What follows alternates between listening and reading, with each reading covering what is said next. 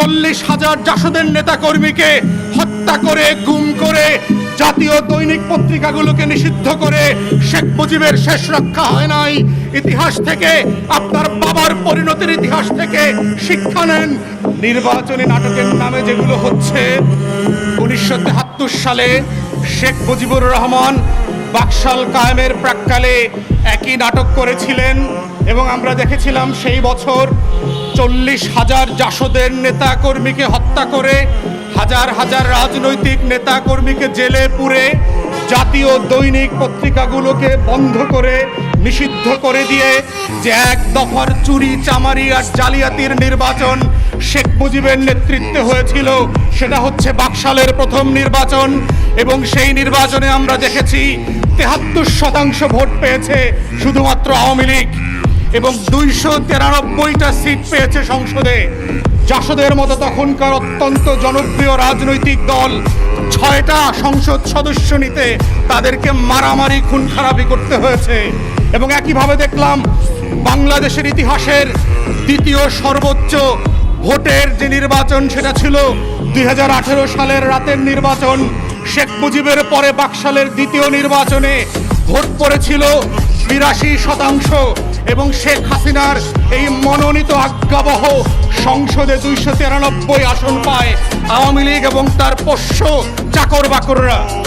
এটার মধ্য দিয়ে যেটা হয়েছে, বাংলাদেশে স্বাধীন রাষ্ট্র হওয়ার পরে এদেশের নির্বাচনকে নিয়ে শেখ মুজিব যে নাটক মঞ্চস্থ করে গেছে, আজকে শেখ হাসিনার নেতৃত্বে দ্বিতীয় বাকশালের একের পর এক নির্বাচনী নাটক আমরা দেখতে পাচ্ছি।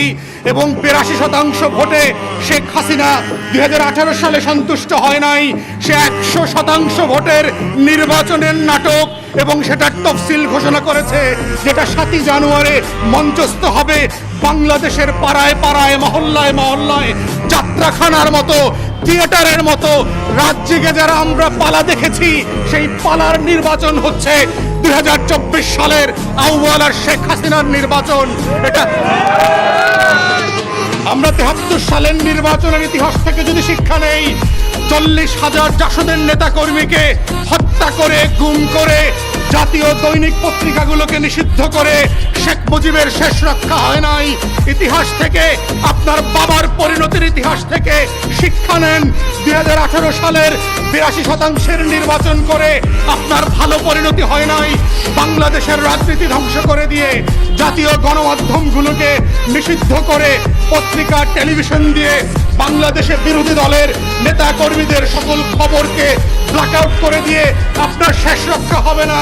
ইতিহাস সাক্ষী, বাবার ইতিহাস থেকে শিক্ষা নেন, পরিণতি থেকে শিক্ষা নেন, ইতিহাসের সঠিক পথে ফিরে আসেন। ইতিহাস একই ভুলের জন্য বারবার যে মাসুল দিতে হয়েছে, আপনার বাবার মাসুল আপনাকে দিতে হবে। এটাই ইতিহাস।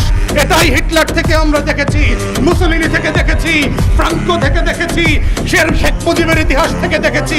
তাই আপনাকে আমরা বারবার সতর্ক করেছি, দেশের গণতন্ত্রের পথে ফিরে আসেন। আন্দোলন সংগ্রামে জনগণের পক্ষে দাঁড়াবেন না। পুলিশ, র্যাব, সোয়াত, দেশের গোয়েন্দা সংস্থাগুলোকে দল ভাঙিয়ে, ভাগায় এনে ভাগাভাগির যে রাজনীতি করেছেন, এটা বাংলাদেশের স্বাধীনতা, সার্বভৌমত্বের জন্য বড় সংকট আকারে দাঁড়িয়েছে। এই সংকটের ভুক্তভোগী 20 কোটি মানুষ শেখ হাসিনাকে মনে করবে না।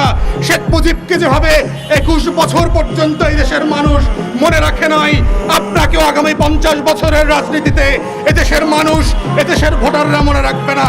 তাই আপনারা ফিরে আসেন, আপনাদের শুভবুদ্ধির উদয় হোক। না হলে দেশে একের পর এক স্যাংশনের যে ধারাবাহিকতা চলছে, এটা বাড়তে থাকবে।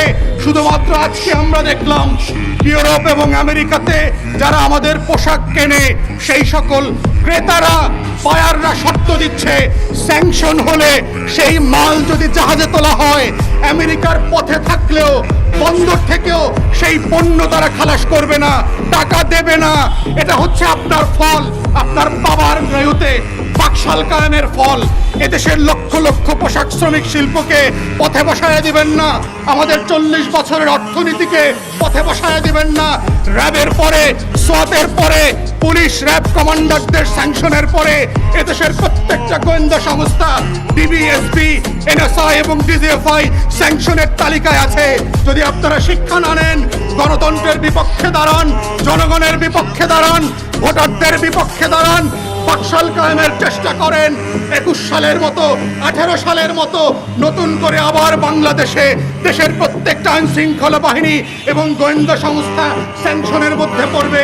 আমরা জানি আপনারা নির্বাচন করবার জন্য, দল ভাঙার জন্য টাকা দিয়ে, অস্ত্র দিয়ে, কিডন্যাপ করে একের পর এক প্রার্থীদেরকে হাসপাতালে ভর্তি করিয়ে কিভাবে আওয়ামী নির্বাচন বাস্তবায়ন করছেন সেগুলো আমরা জানি। এগুলো অতীতে হয়েছে। গণতন্ত্র এজন্য আগায় নাই, বাংলাদেশের সুনাম পারে নাই। আমরা শুধু বলছি, গত পরশুদিন মাত্র বাকশালী নির্বাচনের জন্য উগান্ডা এবং জিম্বাবুয়েকে আমেরিকা স্যাংশন দিয়েছে। কয়েক মাস আগে আমরা দেখেছি কম্বোডিয়াকে স্যাংশন দিয়েছে। একই স্যাংশন বাংলাদেশ যদি এই একদলীয় বাকশালের নির্বাচন করে, জানুয়ারি মাসেও এই স্যাংশন বাংলাদেশে আসবে। নিশ্চিত থাকেন, এটা ইতিহাস।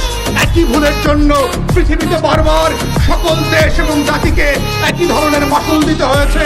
আপনারাও একই ভুল করছেন। বাংলাদেশকে একই মাসুল আগামী জানুয়ারিতে দিতে হবে যদি আপনারা গণতন্ত্রের পথে ফিরে না আসেন। এই নাটক নির্বাচন বন্ধ করেন, আউয়ালের ফাইজলামি বন্ধ করেন। আউয়ালের ছেলেমেয়েরা কে কোন দেশে পড়াশোনা করছে সেই তথ্য এখন পশ্চিমাদের হাতে আছে। অস্ট্রেলিয়াতে কিভাবে মেয়েরা লুটপাটের টাকা দিয়ে সেটেল হয়েছে সেটা তদন্ত হচ্ছে। অতএব আউয়াল কমিশনকে বলছি, আপনারা যদি এই গণতন্ত্রের বিপক্ষে একদলীয় নির্বাচনের নাটক থেকে ফিরে না আসেন, আপনাদের হাতে স্যাংশন শুধুমাত্র সময়ের ব্যাপার মাত্র। জানুয়ারি শেষ হতে না হতে আপনার মেয়েদেরকে, আপনাদের সবার ছেলে মেয়েদেরকে ইউরোপ আমেরিকা থেকে বাকশালের ঠিকানায় ফিরে আসতে হবে। আপনারা ইউরোপ আমেরিকায় থাকবেন না এই বাকশালের ঘনকবরে ফিরে আসবেন গণহত্যার শিকার হবার জন্য। এটা আপনার চয়েস। আমরা সতর্ক করছি, ইতিহাস থেকে এই ভুলের পথে পা দেবেন না।